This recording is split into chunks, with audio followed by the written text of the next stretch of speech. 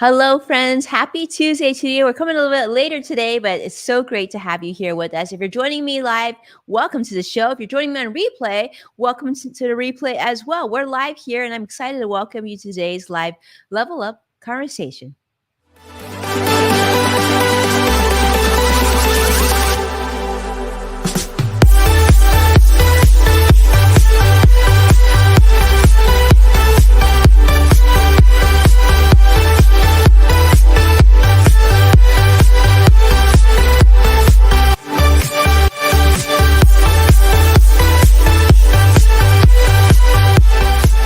Welcome to Level Up with Winnie Sun.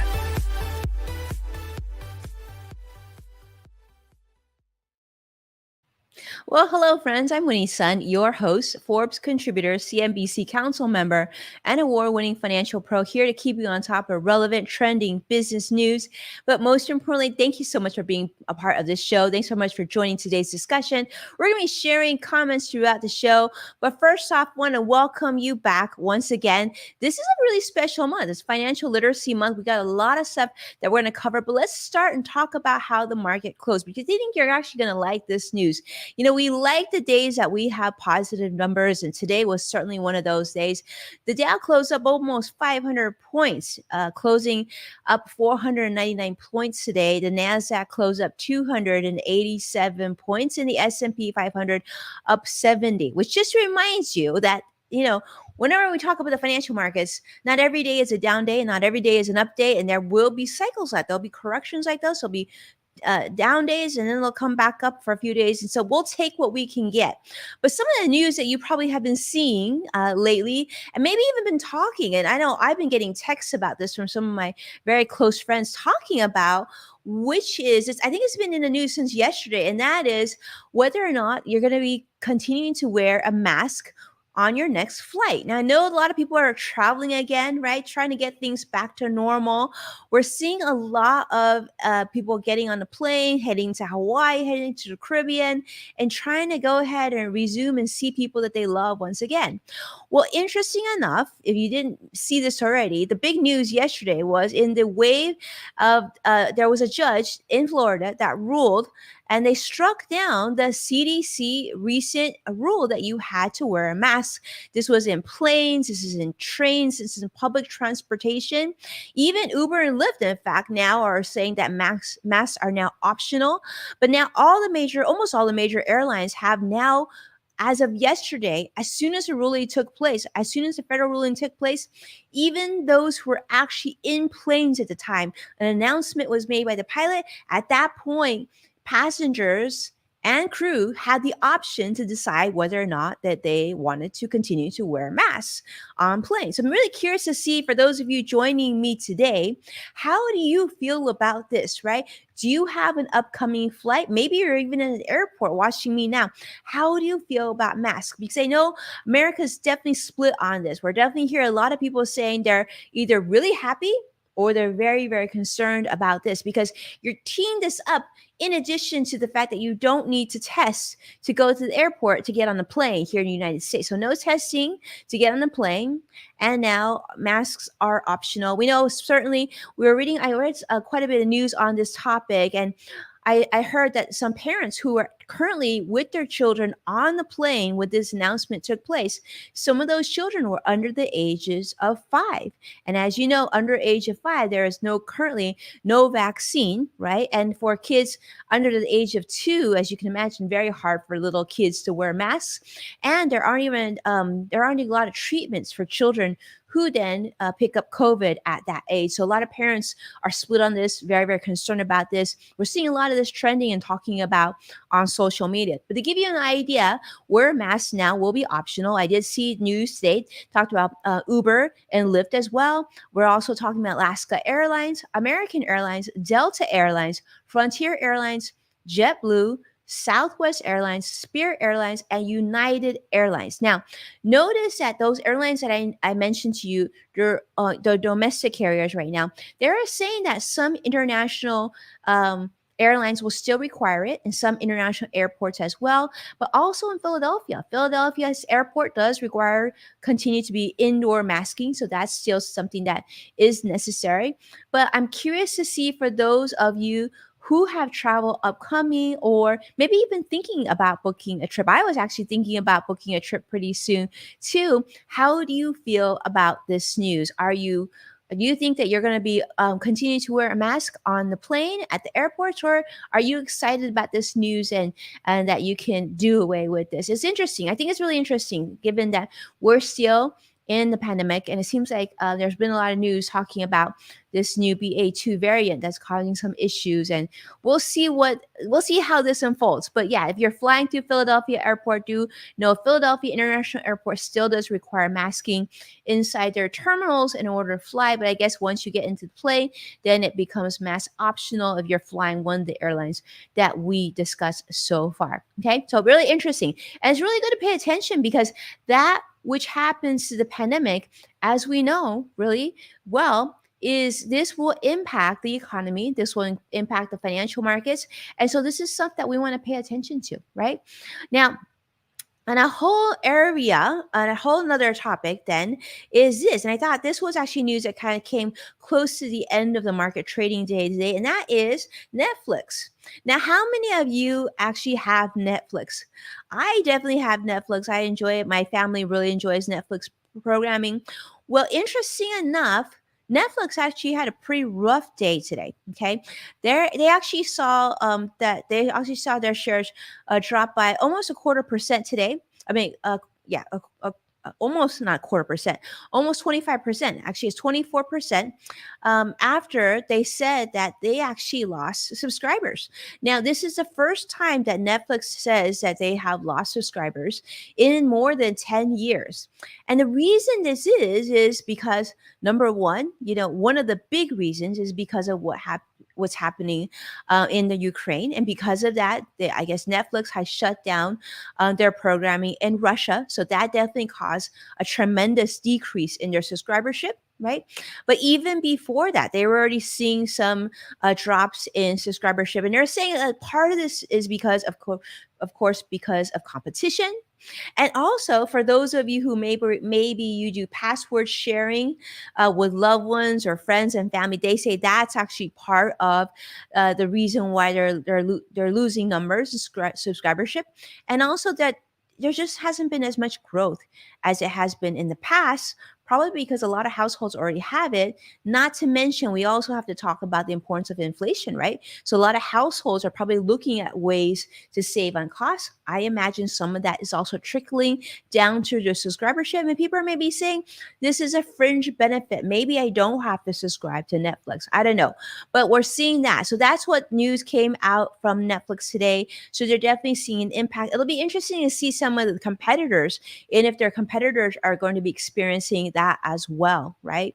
But let's navigate a little bit and continue to talk about inflation. Now, inflation is something that we've been talking about for the last couple of years, even, right? We know about the pandemic. We know about supply chain issues. We certainly know about what's happening in Eastern Europe right now, geopolitical risks. All these things are impacting the cost of goods. I'm sure you've seen this at the gas tank if you're filling up. I'm sure you've seen it on your great grocery bill. It's actually incredible that how expensive things have gotten. And it only looks like it's going to continue. In fact, economists have said that generally speaking, most of us believe that, this inflation is going to continue on until 2023. Could even go beyond that. We're not sure yet, but we'll see how some of these mitigation efforts occur, right? We do know the Fed is looking to increase interest rates by another 0.5% next month, May, and probably in June again. So probably 2.5% increases in the Fed fund rate. We'll see how that impacts, but historically, that seems to help with inflation. But here's the thing, here in the United States, U.S. natural gas prices this week was just announced. It's hit its highest level in 14 years. Now, the gas prices have increased by 7% this week. As gas prices, as you know, already hit its highest level since the second half of 2008. Now, We know that currently, at least temperatures are sort of relatively reasonable, but that could totally change as it gets cooler, right? And part of the reason that this is becoming such a big issue with natural gas is, of course, what's happening in Russia. So, because of this, Europe has needed to buy non-Russian gas. It's definitely pushed up the price of this supply chain. So that's you're going to continue to see, at least in short term. We can probably expect that natural gas prices will continue to stay high. I don't even know the short term. It could be all the way to 2023, but we'll see. Another area that reached an all-time high now is on the price of corn, believe it or not. So corn hits a 9-year high as well. They're saying corn is now $8 a bushel, highest level since September of 2012.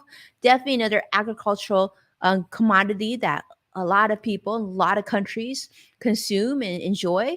And this, again, is in part due to the war in Ukraine, probably supply chain issues as well, because of the pandemic, a lot of supply chain disruptions, high transportation costs, all of these things impacting the things that you probably enjoy on a day to day, and definitely having an impact on our US economy here as well. And I'm guessing in other economies as well globally. So, that being said, you would think, okay, inflation, I get it. Inflation is an issue. What can we really do? It is what it is. Well, I wanted to put this on the radar for you as well. And I thought we got to know both sides, right? There's always a positive, there's a negative, and then there's the things that we need to put on our radar and be like, what? Are you sure? Let's pay attention to that. And this is something I think you should pay attention to. This is a report that I found recently, and this came from sort of a corporate watchdog group.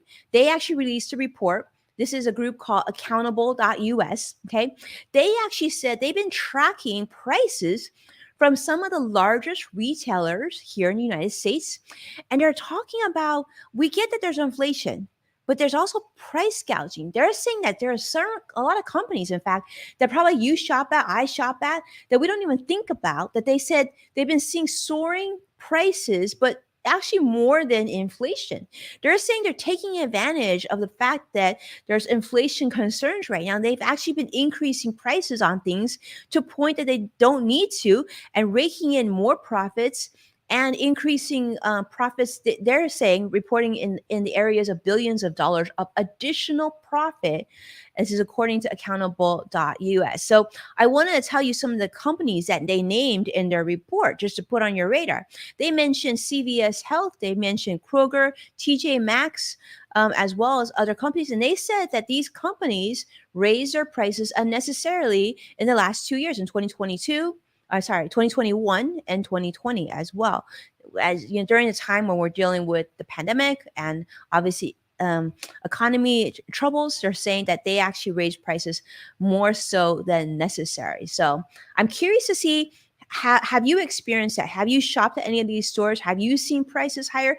I'll be honest with you. I've shopped at CVS. I've certainly shopped at Albertsons, which I think is part of the Kroger family. And I just assumed that this was part of the pandemic pricing. Things just got more expensive. Lettuce has gotten more expensive. Milk got more expensive.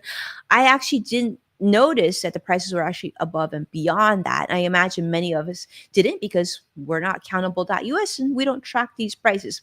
But I thought I would put that on your radar so you could pay attention to that. That was really interesting. That hit the news this week as well. But I want to continue this too. Lastly, I just want to continue to talk about Financial Literacy Month. We talked about this yesterday, and I just want to share with you, it's a big, big push this month. Obviously, we want to make people aware. This April is Financial Literacy Month. A lot of news coming out. I want to hear about sort of the best financial advice that you were ever given. This was actually inspired by my friends at LinkedIn. They actually shared the question with me, and they wanted me to share with them sort of the best financial advice that I received. Now, I actually have several stories. I'm going to be sharing that throughout this week for you to take a look at. But take a look at the video. I'd love to hear your thoughts on it. And if you could tell me the best financial advice that you've received, I would love to see you contribute. Comment to the post, comment on the video. I'd love to hear from you. I know many of you have already experienced this yourself of what financial advice was helpful. I share advice that I got from I've received by my mom, my dad, my one of my managers, one of my longtime business mentors. So hopefully this is of value to you, because I do think so often sometimes it's a very simple tip or simple advice, but it just resonates and you remember it, and it really helps you move forward. And as we always say, right, sharing is caring. And if we don't, we always want to care about those around us, and we certainly want everyone to continue to prosper and move towards financial independence. So hopefully this information is helpful. Hopefully it inspires you to share your own great financial advice that you've received. And of course, if this is helpful in any way, please do me a favor and share this show with someone that you care about. And you can find full episodes of Level Up on NASDAQ, KBCW, Amazon Fire, Roku, and so many other places. And we're excited, of course, to share that Yes Factor, our brand new podcast, is now available at pretty much everywhere that you listen to podcasts. And we have a brand new episode that's coming out tomorrow. We can't wait to share it with you. If you want to, you can actually just Google Winnie Sun Yes Factor, and you can find us on Apple Podcasts. It's really popular there. We would love to get your feeling. Let me know what you think of the show. Let me know if you have any suggestions to make it any better. And of course, if you have any other guests that you think should be on my radar, definitely don't be shy and reach out. And with that, be well. I can't wait to see you again tomorrow. We have a very special show scheduled for In the Loop with my co-host, Greg Nibbler. Always a treat to spend time with him, and I'm excited to join him once again tomorrow. And we'll see you tomorrow. Take care.